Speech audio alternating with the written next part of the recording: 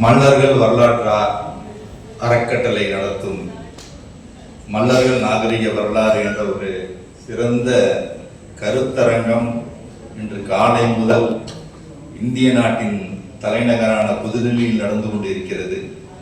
அதற்கு பல அறிஞர்கள் இந்த மாநாட்டை சிறப்பித்துக் கொண்டிருக்கிறார்கள்.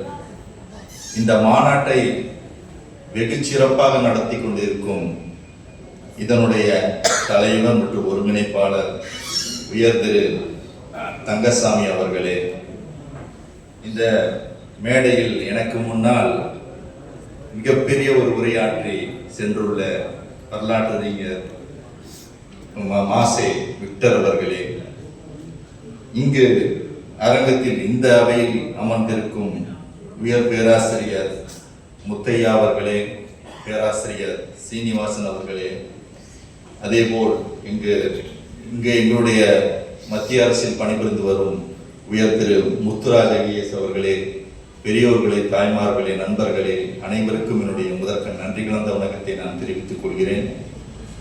இந்த மண்ணின் பூர்வகுடி அந்த பெருமையை நீங்கள் முதலில் உணர்ந்து கொள்ள வேண்டும்.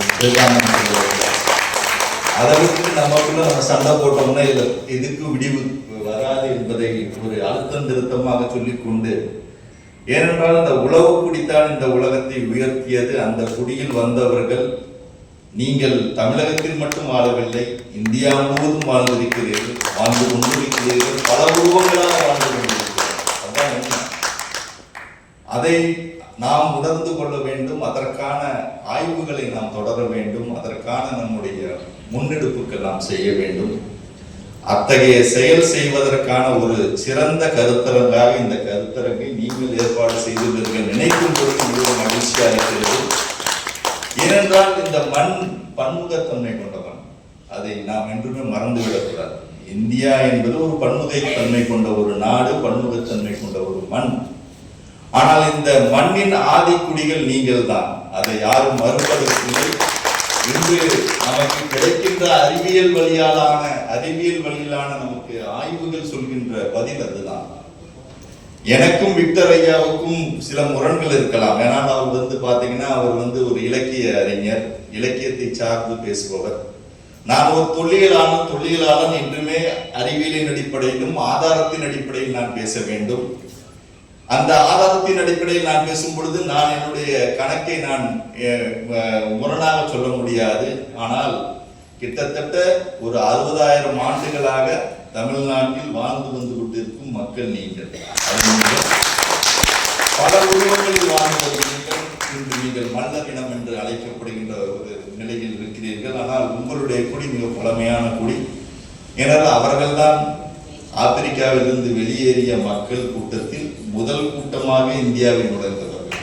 அதுதான் டிஎன்ஏ சொல்லி. ஏன்னா M130ங்கிற டிஎன்ஏ தமிழ்நாட்டில் மட்டும்தாங்க கிடைக்குது, வேற எங்கேயுமே இந்தியாவில் கிடைக்காது.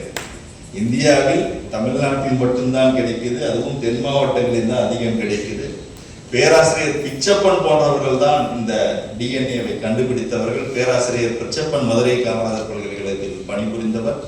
அவர் மதுரை காமராஜர் பல்கலைக்கழகத்தில் பணிபுரிந்தாலும் அவர் இந்த ஆராய்ச்சியை லண்டனில் உள்ள ஹார்வர்ட் யூனிவர்சிட்டி மூலம் தான் அதை நடத்தினார்.